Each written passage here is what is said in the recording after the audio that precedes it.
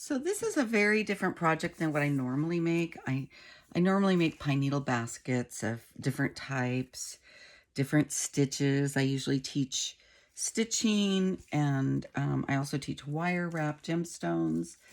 So this is one of the current baskets I'm working on now, and it's just a basic wheat stitch. So it looks like seaweed in there with this little turtle. And then here's another pine needle basket I made quite some time back with a lot of different stitches, lacing stitches. But this is for the red dress project. So I thought I would explain a little bit of what I'm doing, and we'll see if it comes out. I may not even submit it, but it's learn as I go. So this is quite different. This is going to be the bottom of my red dress project. And I used some red satin thread and material that they gave me. This is wrapped over a pine needle base, and I've been using these floral wires to stabilize it, and I paint them the color of the needles so that they hide really well in between the coils.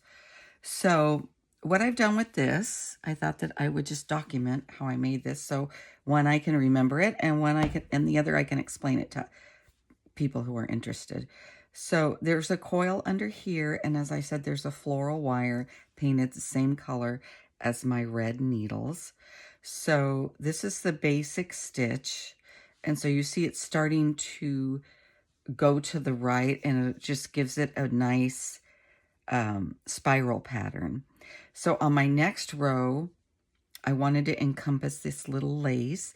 So I had previously resined them and drilled them so that I can do a fancy stitch in here. And I needed to encompass these little lace stitches that were all together, and I cut them and then resined them. So now I'm going to do a stitching in between here. And I liked, it kind of looks like a crown, but I like the way it's coming out. This is working fine, and I've wrapped these rows. If you don't know pine needle basket making, you're just wrapping the row with thread and you're covering the pine needles. So my next row, I was trying to decide what to do with this, if I wanted to keep the flow and keep going like this, but eventually you have to straighten it out for the project that I'm doing. And so I decided, rather than have them just flat like this, I mean, that would have created a different V design. That's fine. But I decided I want them to flow a little bit more. I want them to, I just want them to flow. So I just left it a little loose. It's nice and strong because I have the wire in it, but I left it loose and just wrap that whole row with the wire in it. And it's definitely strong. I want the base to be strong, so I think that will work. So that's just my little explanation of how I've gotten this far on this very different project than what I'm accustomed to doing. I just attached it with, you could see over here, so this was this row. I went up and over each one. And then here I wanted to start going straight, so I just attached the wrapped row, and it looks really clean and nice. I attach it over here with just 3 stitches because I want this one to flow up and the next cavity to flow up. And then I'm going to create some stitching in here and maybe add some beads in this cavity. So we'll see how it comes along, but that's how I started, and we shall see if it works as we flow along. Thanks for watching.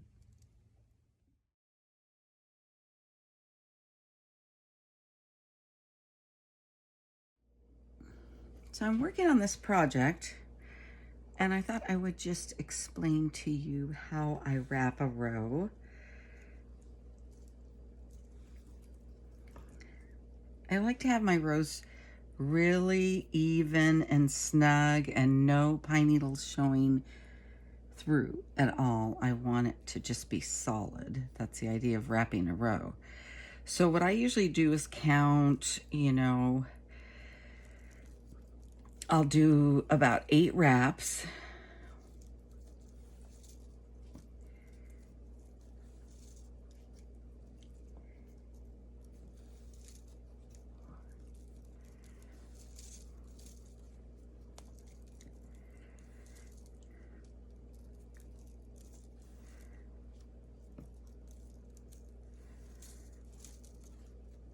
that's 8. And then I stop and I just use my fingernail. I don't know what that is, just some little white stuff, to push down and just tighten it all up.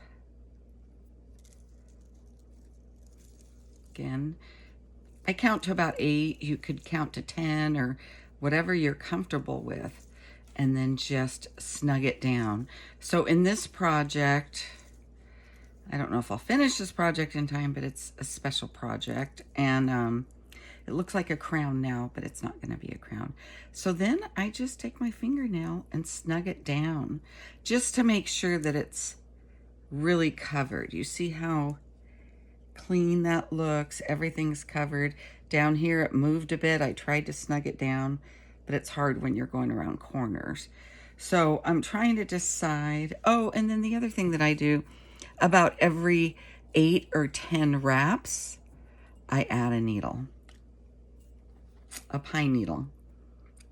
And even though, because it's habit, even though I'm wrapping it and it's covered, I always try to put shiny side up. And that's going to give you a smoother wrap as well. So right here, I need to stop now. Right here, I'm trying to decide.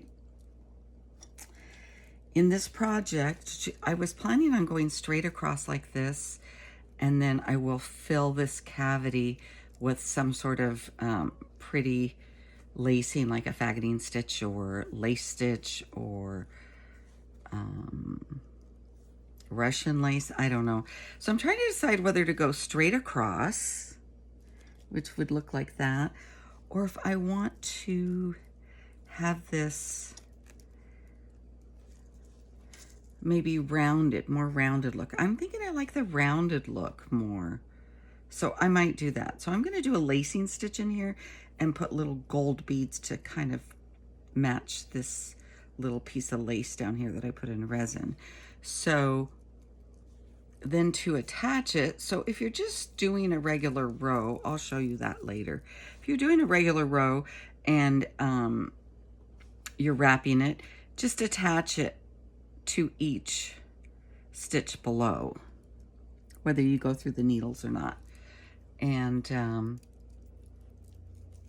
so that's kind of it. I'm going to decide, I have to look at this a minute and decide if I want it raised a little bit, like a wavy sort of, to match the bottom better, or whether I want to go straight across like this.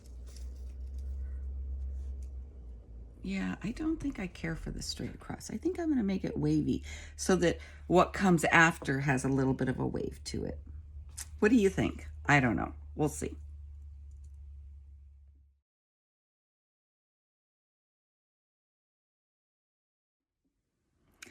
So here is how that looks.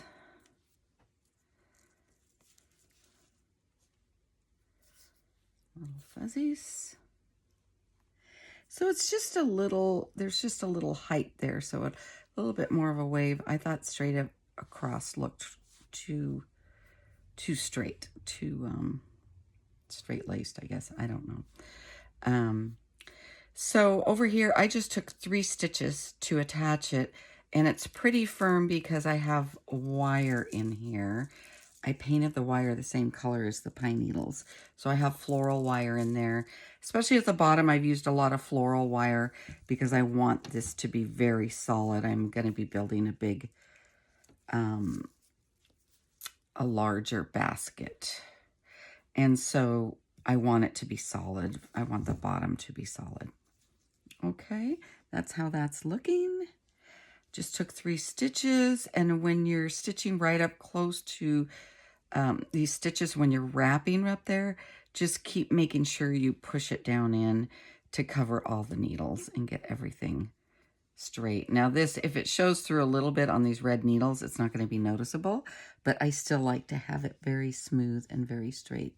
So as I said, this is a very different project than what I normally do. So it's taking me a little bit of time to figure it out, but I'm using all the techniques that I normally use in my basket making. So thanks for watching. I hope that helps you with wrapping.